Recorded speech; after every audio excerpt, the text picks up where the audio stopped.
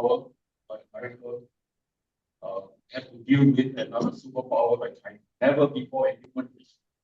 Right? You had the Roman Empire fighting for the little kingdoms and chiefdoms in Europe, right? Then you have the Americans fighting the British colonies along the coast of America, right? And then you have a lot of skirmishes in Africa and so on. And then the decolonization process, and then the master plan, and so on. But these are all, to me, little skirmishes, right? Which are within the industrial global order. Okay? Today, the industrial with the US Soviet. Sorry? With the US Soviet. US Soviet, the Soviets were really nowhere compared to the American power. Okay. So I've been thinking about this problem for the last 20 years. Trying to understand how do we understand reality? How do we understand history? Okay. At age 15, I read the Communist Manifesto. And I grew up in a situation which my first memory is bombing by the Japanese on my birthday. Right? My first birthday. I could hear the bombs going down. So I have lived through almost the entire modern history of Malaysia, and Singapore. Right? So I have that kind of perspective from pre-colonial, colonial, and then now the so-called modern phase of Singapore, trying to survive within very complex. So I'm trying to understand the complexity, right? And I hope to share that with you. So and I want to have reflections as well as okay. So in order to understand reality, I describe it in this way. There are three fundamental categories. From Hegel's point of view, Hegel is a German philosopher, 18th century, 17th something. We talk about dialectics, right? Which is a very important concept in which a certain proposition of ideas is countered by a different proposition of ideas. They clash, and arising from the clash, a new synthesis, a new formulation of ideas. Karl Marx took that idea and developed it further, right? So we had three columns, right? This is the sub.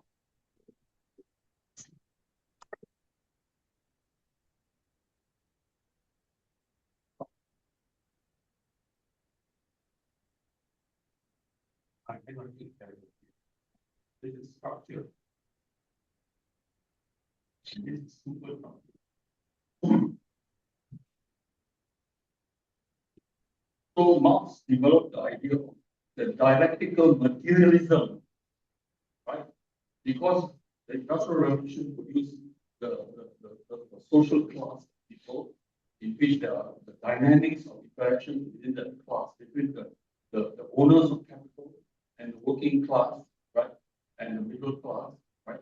They are all in contestation, right? So substructure basically is the resources, the human resources, right, and let's call it human resources or labor resources.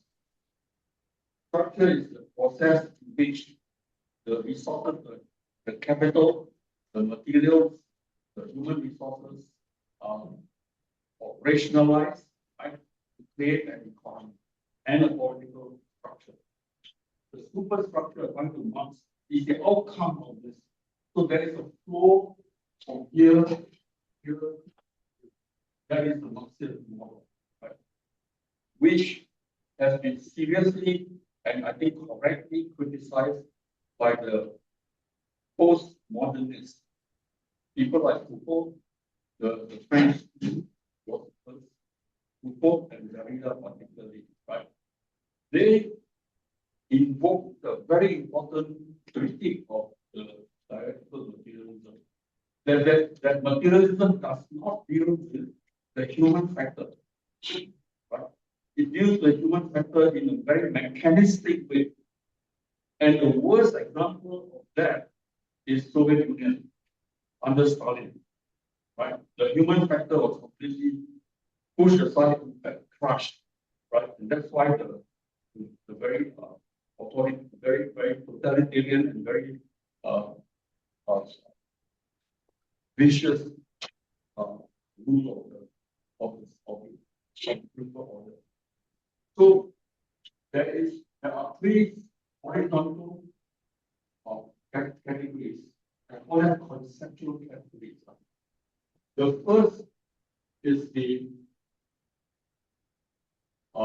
super conscious. Then you have the conscious. Then you have the subconscious.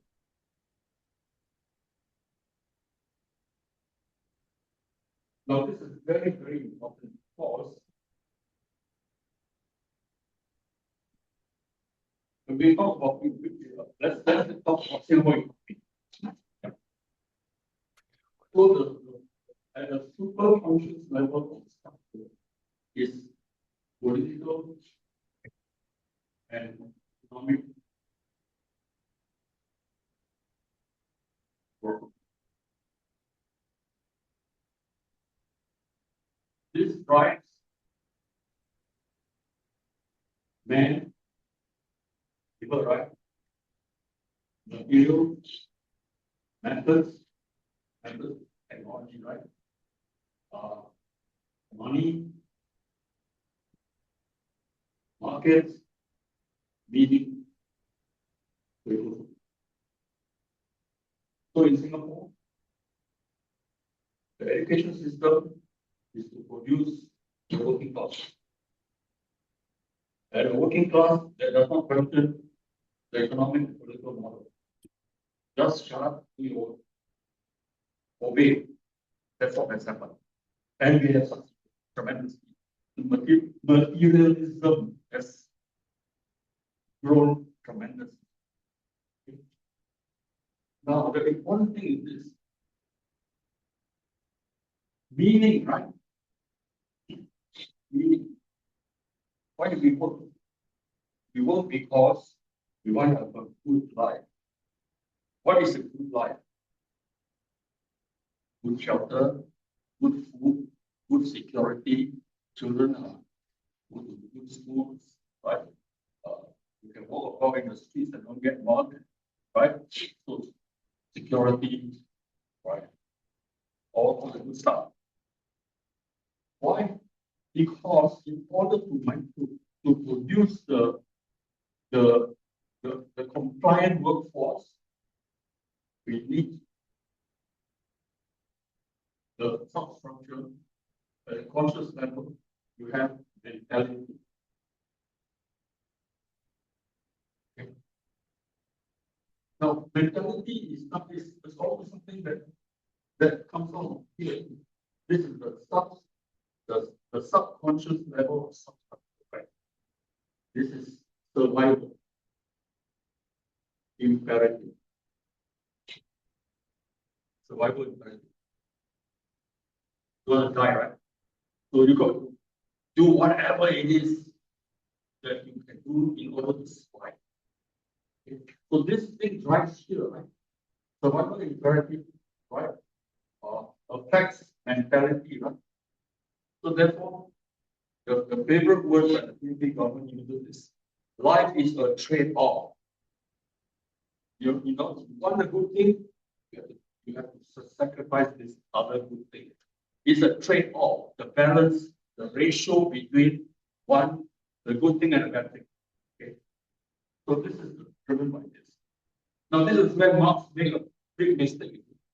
Because at the superstructural level of consciousness is aesthetic philosophy right? Studying philosophy, culture, art,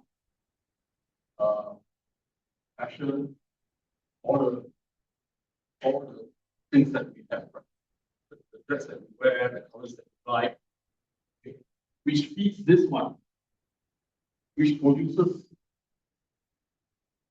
three classes: upper class,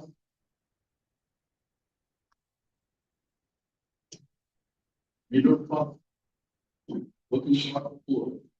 Okay? It's very important because the upper class, right, affects this, affects this, affects this. The upper class is common. I just found out that a senior minister of state, which is kind of junior minister, right? The salary is $77,000 a month, right? So he's not going to upset anything, right? He's not going to shake up anything, right? In other words, this one completely, basically, they say, oh, recently they had an art exhibition, right? They have a minister open an art exhibition as though they are promoting interest in non-material aspect of life. They definitely endorse the political economic philosophy, right? In other words, you want to be a socialist, you go bankrupt. So therefore, don't follow socialism. Then this is the important part of it. At the super conscious level of substance is very close.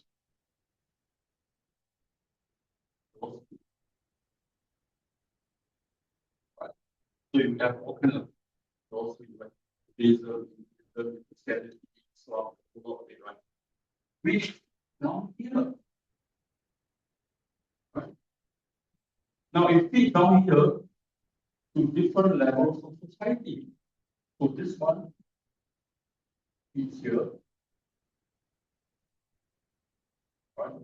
Move down here. This one is down. This one is down here, right? So the upper class basically says, if we don't like here, we buy a house in New Zealand, right? Why work so hard? Why stress out so much? Right? So all these value systems, right? In other in the dialectics of subjectivism, it affects the dialectics of materialism. Okay. Now this is a very difficult area. Here is E equals mc squared. Just as the survival imperative drives human behavior, the energy mass equation drives material. Right? Now here is a very interesting point. I don't want to talk too much about this because it's very complex. Here is material. Six iron ore, tin ore, lithium, all the materials which are required here. Right? Here is a very problematic area. This is what I call the grammar of form.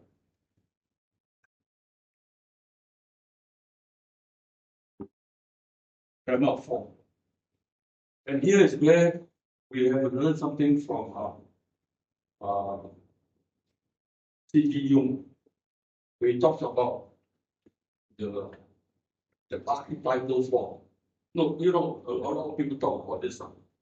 Why are there pyramids in Egypt, pyramids in China, pyramids in Latin America? Why are there pyramids all over the world? And they fantasize that, oh, because aliens came and brought pyramids you know, and then all the cultures of the world were under alien influence from ancient times.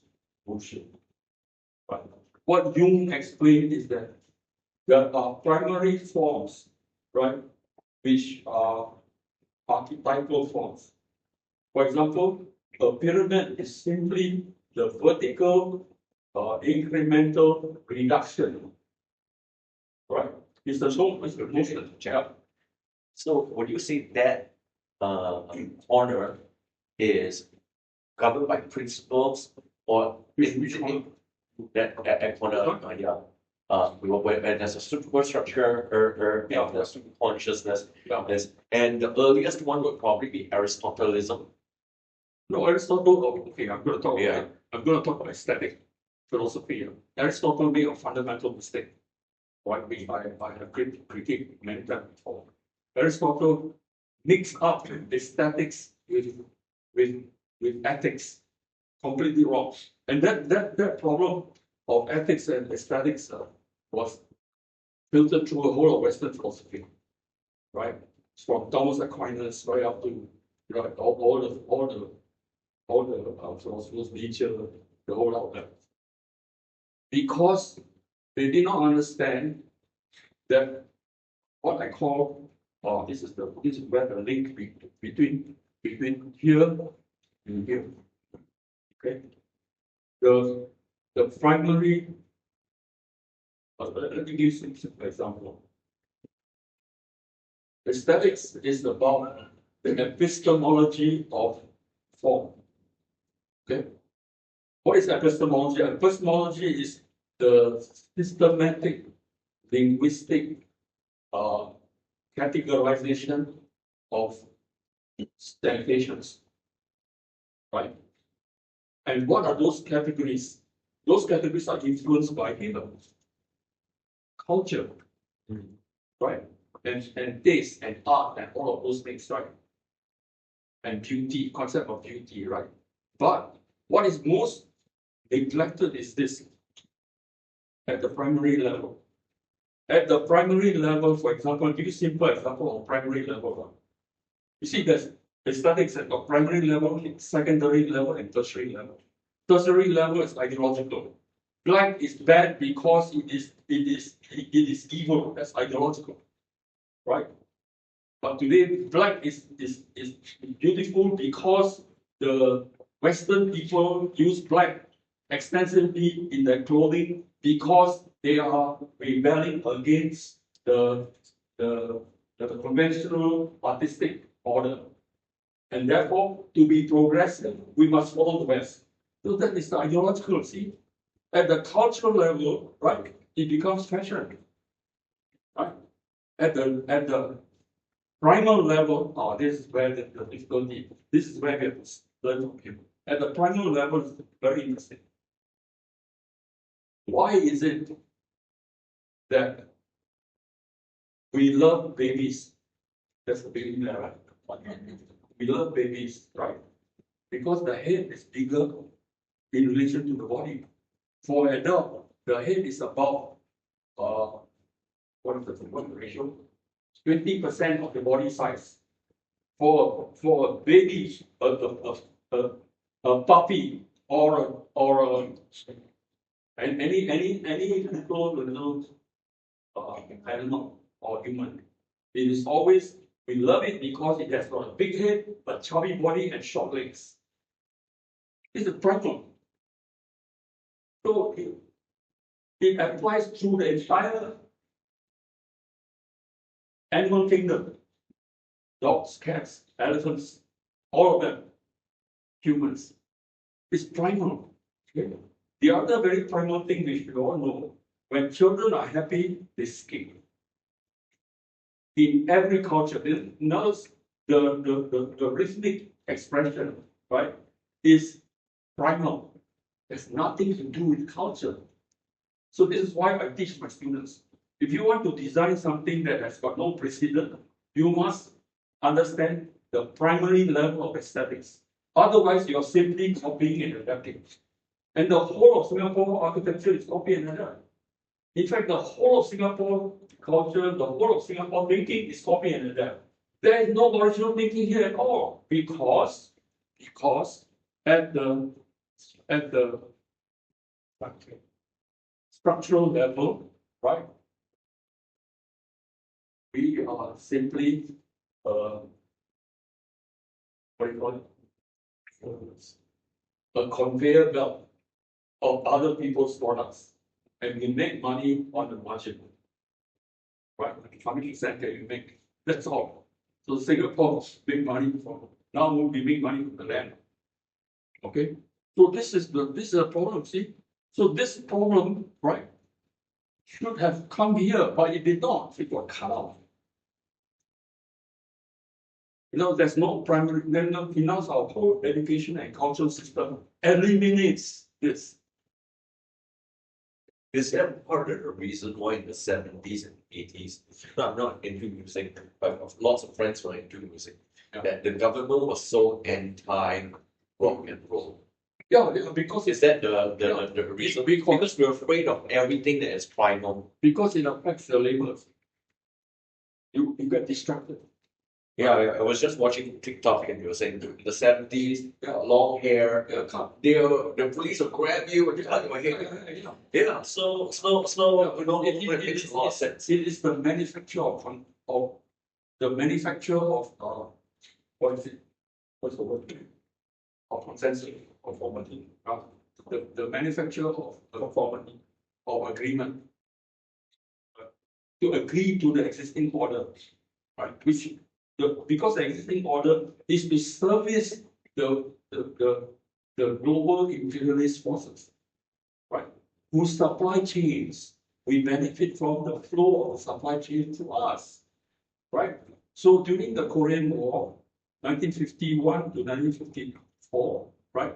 Singapore had a building boom. That is why Frankel Estate, Rangoon Garden Estate, Raffles Heights, Shannon Estate, they were all built from the money that was made from rubber and tin boom. Because rubber and tin were required for the weapons for the Korean War. Okay? Then the Vietnam War, we became a conduit for American supplies into Vietnam, right? And therefore, we had the building boom of the hotel building boom because we were a rest and recreation center for American heroes. Okay. Then another interesting thing, 1965, right? The CIA managed regime change in Indonesia. Sukarno was pushed out, right? And 13 generals were murdered, right? And Soeharto came in, and then the PKR, the Communist Party, and all the Chinese businesses, right, who were funding the PKI, right? 1 million people were killed. And the money all came to Singapore. The Singapore banks were floated with Chinese money from Indonesia. And I benefited because People's Park Complex, 1968, right, was funded by Chinese money from Indonesia, right? So my client had a lot of very cheap money at very low interest rate. So this is the reality of this, right? So I would say that in the contemporary world, this is the main ordering system. So when I asked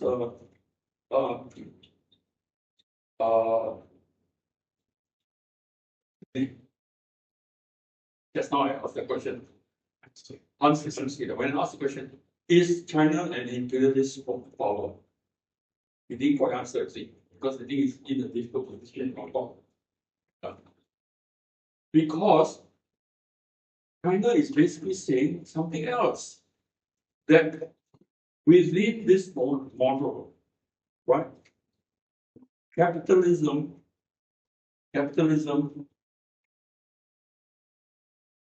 you see, the Western model of capitalism is the free market capitalism, right? In which shareholder benefit most? The Chinese are developing, without saying so, stakeholder capitalism. What are the stakeholders? The people, that's why they were able to bring 800 million out of poverty. They are able to invest heavily in renewable energy, right? In greening the desert and all these kind of things, right? Not perfect, very messy, but the Communist Party is looking into stakeholder capitalism. They want to use the capitalist as an instrument of the socialist state, right? So at the same time, for example, Jack Ma, right? They say go and make money, right? What was it? Deng Xiaoping said, right? Rich is what wonderful, something like that. Get rich is something. Yeah, getting rich is wonderful. But there's a point at which you don't use your wealth to upset the system. Right? So you have to, so they told Jack Ma, shut up. Right. So now so China is going through that moment now. The big question so that's why I say that there is a conflict, there's a contest now, historical contest now, between the Western shareholder capitalism underpinned by so-called democracy, because the electoral system has actually been bought by the oligarchy class, right? The plutocrats. The plutocrats, yeah, who own the media and so on, right? So the manufacture of consent is completely in the hands of the leadership of the top. The political leadership is bought by them.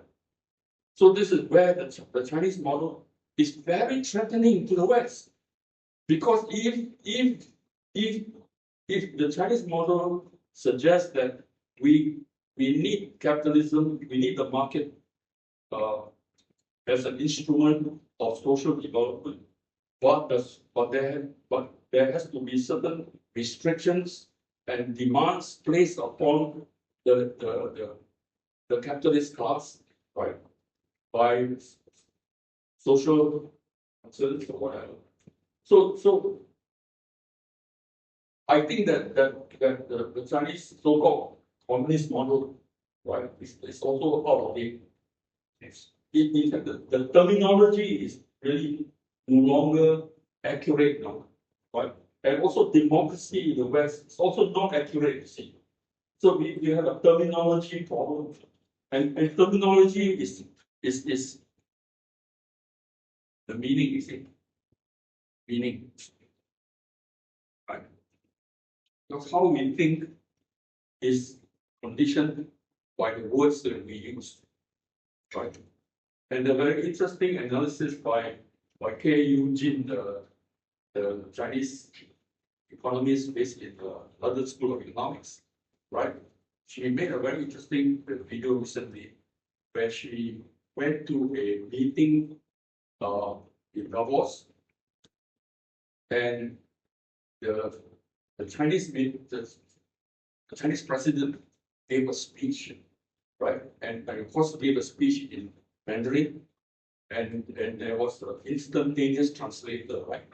And she was appalled that the translation was very inaccurate, because the words chosen, right, were diplomatic, you see, right? Whereas the president said that we invest in the Belt and Road Initiative in order to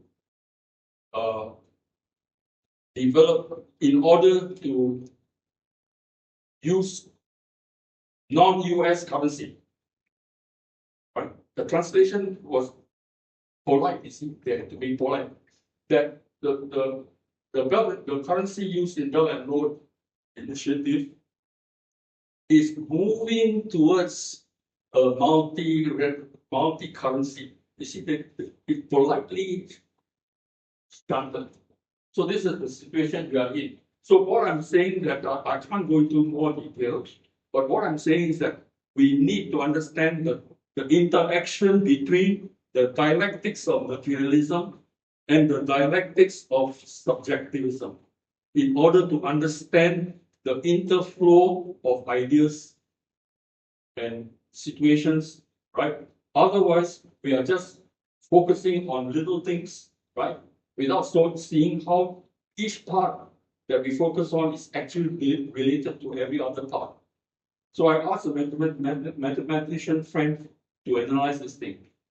And the conclusion is that I said that the minimum number of interactions is 9 to the power 9 times 8 times 7 times 6 times 5 times 4 times 3 times 2, which is 362,880. There are 362,880 permutations. Therefore, to zero in on one thing is absurd. Okay? Then my mathematician friend went one step further. He says, within each of these categories is also 9 categories. Therefore, it's 362,880 to the power of itself. This is multi-trillions, billions, trillions of permutations. So this is the extent of the complexity of the real world, right? And I think that if we just simply navigate through this, that's why I now call this, I used to call it the 9 square matrix, right? Which people say, I think it's very problematic. But my friends have now advised me to change the term. Now I call it the matrix of reality. Thank you.